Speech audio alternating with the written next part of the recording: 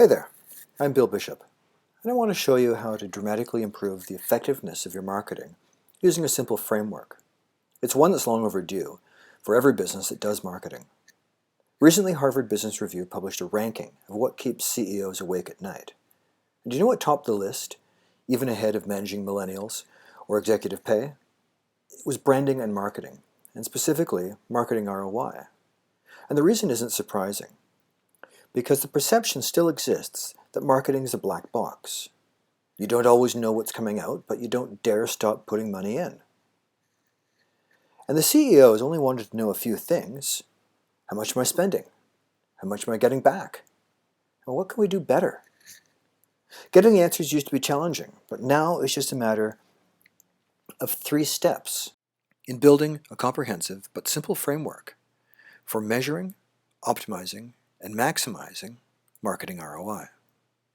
Now, it's been said that you can't manage what you can't measure. But when you create a system that does both, you accelerate toward your goals, and you're finally able to find powerful answers to key questions.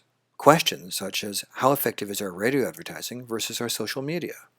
And what's the most effective medium to use by market? How should we set benchmarks? Are we overspending? Can we increase revenue without increasing budget?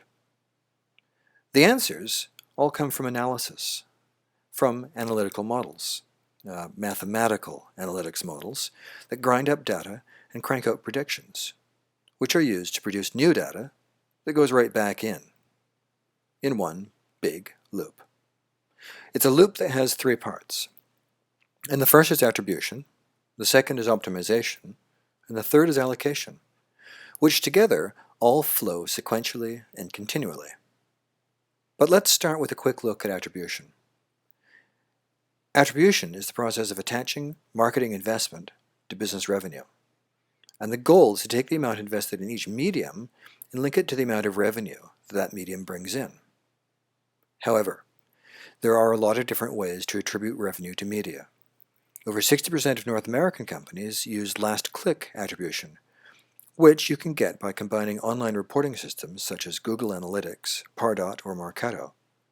It's sometimes also called swim lane attribution because it's quite simplistic and doesn't offer detailed analysis, but also it suffers from 2 big weaknesses.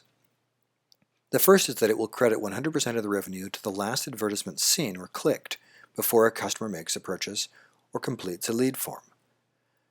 The second is double counting, where the portion of revenue is counted twice and credited fully to more than one medium. But the reality is customers do see more than one medium, and their purchase decision is influenced by multiple media exposures. So we can't ignore the role of shared attribution. The trick is to know how to share it.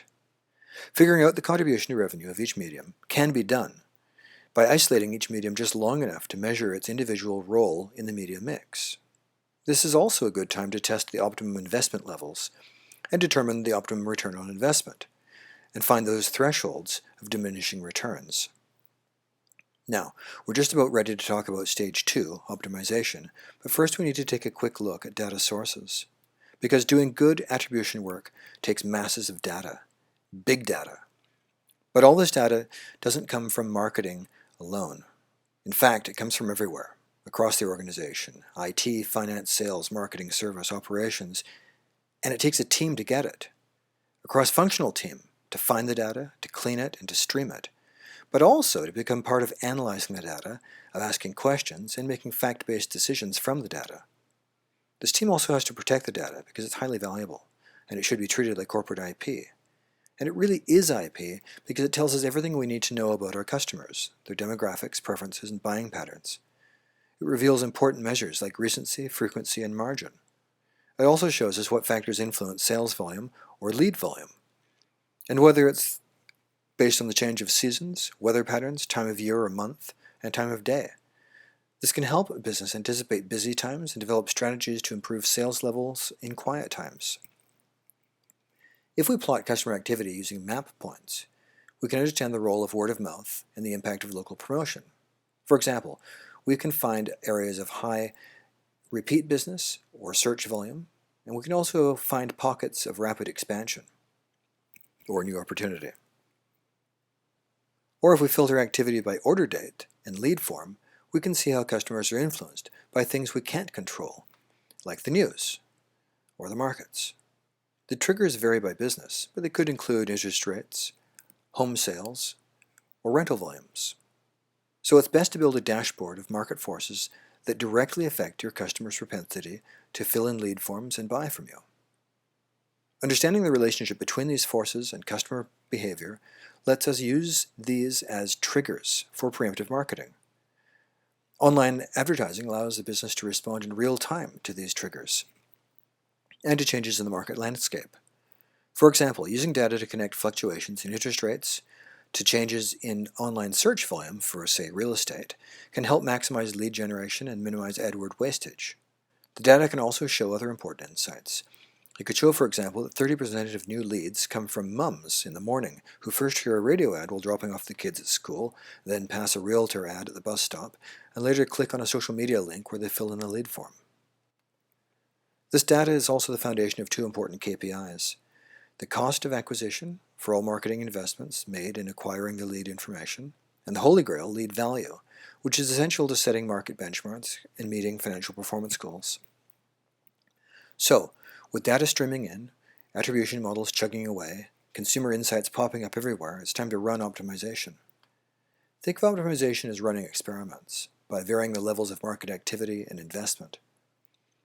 If we take past performance as the strongest indicator of future performance, then we can plug in real business data and we can construct predictive models that run competitive scenarios, allowing us to forecast outcomes. We can also apply game theory to test tactical responses to competitor actions and to model a range of strategies against plausible changes in market forces. We can use wargaming or scenario testing to forecast the most likely outcomes from altering tactics, such as placement, pricing, timing, promotion, or to guard against market entry and look at organic expansion to new markets. But this all starts off small, with simple models that use one or two variables to test the model's accuracy and output. As we gain confidence, we can bolt on a few more variables, and later we can introduce a competitive scenario that uses multivariable modeling, which can be done using analytics engines, like those from Market Share and Lattice Engine, which can chew through millions of data points. But at every stage, the key is to test rigorously and to fine-tune the model so it produces reliable forecasts and strategies that can be tested in market. And that brings us to stage 3, allocation, where we put the models and strategies into action. So now it's time to tune up the media mix, update the budget, revise forecasts, and tighten up the strategy, and roll out the revised marketing plan into the real world. Through each stage of this process, every marketing activity has now been measured, refined, and matured into a robust, three-dimensional strategy of consumer insights, market forces, competitive tactics, and business strategies, all developed using real data. So now the allocation phase produces fresh data based on new strategies, and that data goes back into the model.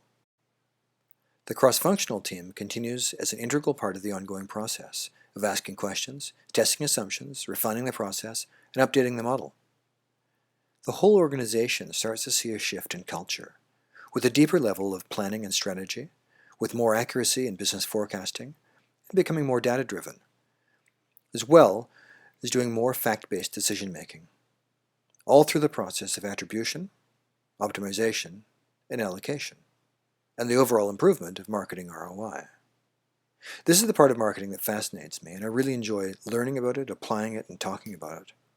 It can make a quantum shift in a company's marketing and also its operations. Thanks for listening.